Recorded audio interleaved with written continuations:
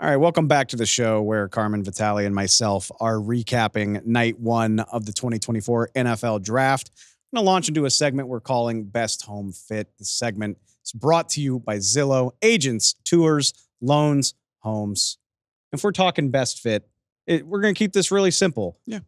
There were 32 picks made on Thursday night, and a couple of them just really tickled our fancy, whether it's just the right player in the right team or a guy that fits a scheme perfectly. I've got two. You've got two. We're going to start this off with one of my favorite fits. That would be the Seattle Seahawks drafting Texas defensive tackle. I liked it. Byron Murphy, I liked it a lot. 16th overall. And I'll keep it really simple why I like it. I love when a new coach makes an identity pick. Mm-hmm. Mike McDonald, the coveted defensive coordinator from the Baltimore Ravens. He gets to Seattle and he says, this is what the hell we're going to be. Because what did the Ravens do last year? They helped Justin Madubuike become a $98 million man. Mm-hmm. They were strong as hell up the middle, defensive tackle, linebacker, safety. The strength of that Baltimore defense was all down the spine. Mike McDonald gets to Seattle and he's like, bring me the badass defensive tackle. Let's do this again. Find me my Justin Madubuike. Top 5 in college football in total pressures last year. He had 45 of them. Add that to 36 hurries, 6 sacks as a defensive tackle. The best defensive tackle in this draft class, the only defensive tackle that went in the first round. I love Mike McDonald just circling it and saying, this is what the hell you brought me here for, and this is how we're going to do it. Leonard Williams is already on that defense to be your nose tackle. Yeah. And Byron Murphy's a versatile player. He can do it all. But with Leonard Williams already there, you can just set Byron Murphy loose on the quarterback and say, hey, go win one-on-ones, go penetrate in the middle of the line, pressure the damn quarterback.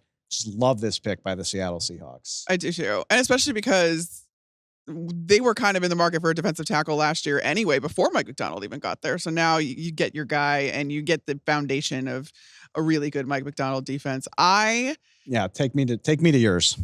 I'm also going to stay on the defensive side of the ball because I had a feeling the Detroit Lions were going to want a defensive back. They were going to want a corner. They had to part ways with Cam Sutton. They did get Carlton Davis, traded for him, but you still, if the past 2 years are any indication, you cannot have enough corners in Detroit. And sure enough, not only did they get a guy, they got one of the best corners in this draft by trading up to get him. And they make this wonderful move to get Terrior Arnold, who can play opposite Carlton Davis. And I think that gives you two really great shutdown corners on the outside. But also, Terrior Arnold gives you some position flexibility going inside, kicking inside to that nickel slot too.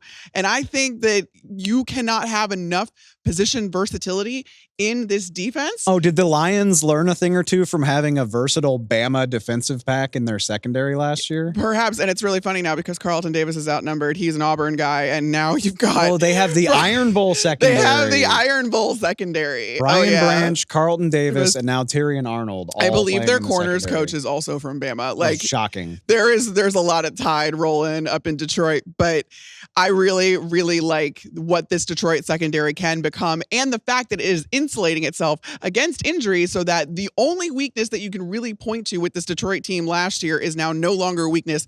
And Brad Holmes made damn sure that he was going to go out and get a guy and not have this issue again. Don't you love the irony that Brad Holmes caught hell last year for the value of the positions that he took? Everybody's, you can't take running back. You can't take linebacker in the first round. And this year, he trades up to go get arguably the best corner in the draft. At least, people made the case for Arnold. For Arnold, absolutely. And they trade up to Dallas at 24 and get him there.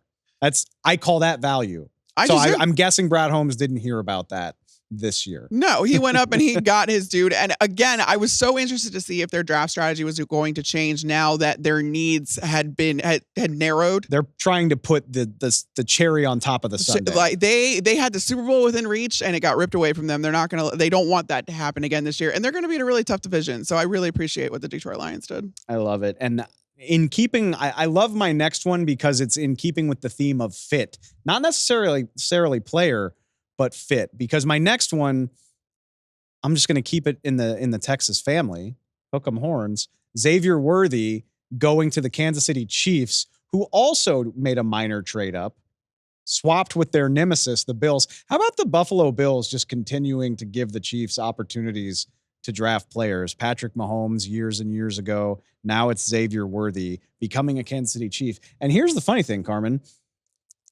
I don't think that highly of Xavier Worthy. I know he ran a 4.21 in the 40. Mm-hmm. He weighs 165 pounds. Mm-hmm. I worry about his physicality. I worry about how well he wins one-on-ones. Yep. I worry about everything other than how quickly he can run in a straight line, basically. Yes, I think that's fair.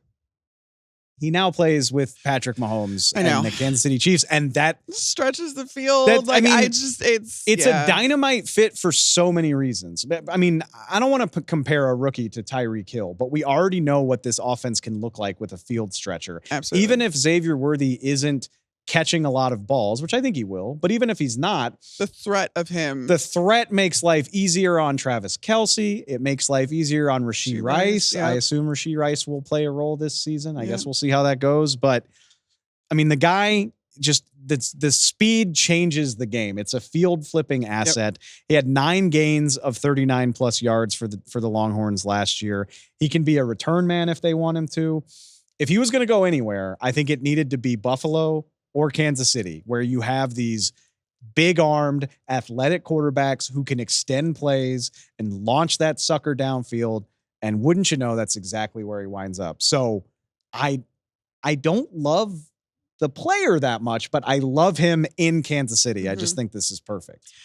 I have to go again. I'll go offense too, but this time I gotta give some love to the big boys, man. Of course I do. An offensive line extraordinaire. I love my offensive linemen, and there were 9 of them taken in the first round, which I believe is just one shy of the record. Yes, we love this. The record was 10, 7 of which were tackles. But some of these tackles of which have position flexibility. I don't say that as to say that Amari Mims at 6'8" of him is going to kick inside at guard. Although the Bengals do have a guard that is 6'6", and you have Alex Kappa who is 6'5". Those are some big boys in front of Joe Burrow. Clearly, Cincinnati has a type when it comes to offensive linemen, and they mean the bigger the better, and I can't fault him for that. Amari Mims is going to probably be either in a rotation or maybe take the job from Trent Brown. He'll be somewhere. You can't miss him. He's the biggest dude I've ever seen in my life. It's wild. Even okay, what was even crazier though is seeing the draft cam of him and his parents are not that big. Like, he's way bigger than his parents. And I'm just like, how? Nobody's as big as Amari Mims. 6'8", 340. He wears 340 better than any human should be able to. That's the other like thing. He looks ripped at 340 pounds. That's the other thing that I want to call out about Amari Mims, though, is just how incredibly athletic and twitchy, and the way that he his body control and the level at which he plays, despite the fact he's 6'8", is incredible. It's a home run. And listen, the Bengals cannot have too many offensive linemen either. They're with the injury history they have and the injury history of their quarterback. I love this. I talked about identity with the Seahawks.